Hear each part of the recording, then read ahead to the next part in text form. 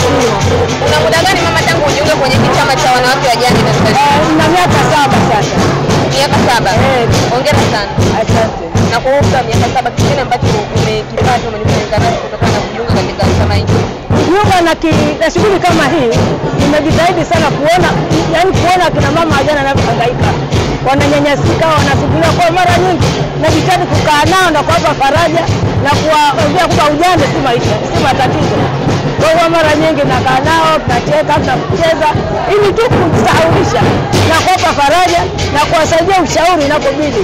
Kuwasaidia miradi wale inapobidi, kuita mtu afundishe miradi na kufundishana mambo mbalimbali, kushirikiana kwa shida na raha na wajane.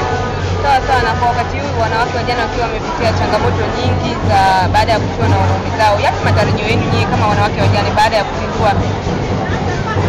Matarajio ni kwamba mwanamke mjane usikate tamaa. Ujue bado baada ya mume kufa kuna maisha bado baada ya mume kufa. Kwa ndio maana tunapokaa nao tunawapa muda wafurahi, wafarijike.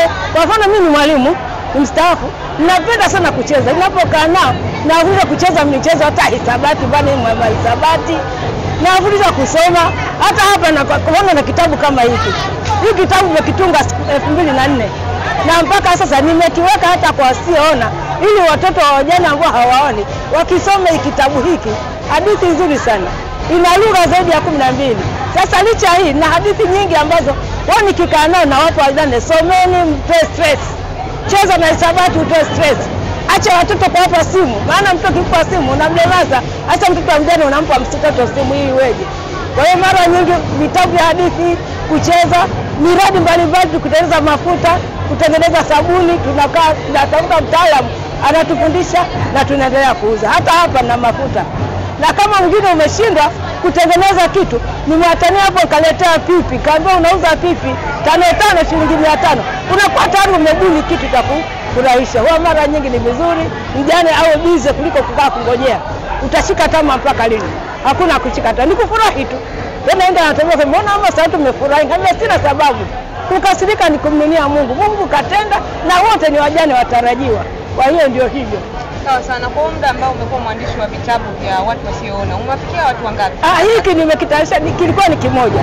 Cha wasioona ni ngumu sana, maana hata hiki kimenigharimu hela nyingi sana. Mpaka sasa na shida nilitumia hela yangu ya kustaafu. Lakini nilikuwa natafuta mfadhili ili atambue bidii yangu, kwa sababu hiki akisoma mtu anayeona, asiyeona naye asome hadithi ya furahi. Na ni hadithi nzuri sana. Kila kinapofika mahali kitabu hiki kinashinda. Lugha zaidi ya 12. Kwa kila kinapofika kinashinda, lakini kwa nini wasioona wasisome hadithi? Maana si kama hata hivyo wana hadithi wasioona mashuleni kweli, sijui.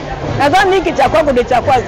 Lakini sasa ni nani anisaidie, anishike mkono ili nipate nguvu kitabu hiki kiende? Nimevitoa vitabu karibu 150, lakini sasa gharama yake natafuta wafadhili, sijapata wafadhili anayejitokeza kunisaidia kupunguza makali ya hiki. Lakini michezo hisabati, zana za hisabati, na hata sasa hivi na misamiati na vitabu ninatayarisha mpaka vya hisabati kwa faida ya walimu wa shule za msingi na sekondari. Hata wa vyuo vikuu wananitumia sana kwa upande wa hisabati. Na ungetamani usaidiwe kwa aina gani ili kusambaza vitabu vyako? Kwanza gharama, ukichapisha ni gharama sana. Na halafu kuvisambaza visitoke, visichukuliwe kienyeji. Kama hiki sijui, lakini hiki kingekwenda kwa wasioona ningefurahi zaidi. Sawa, asante sana mama.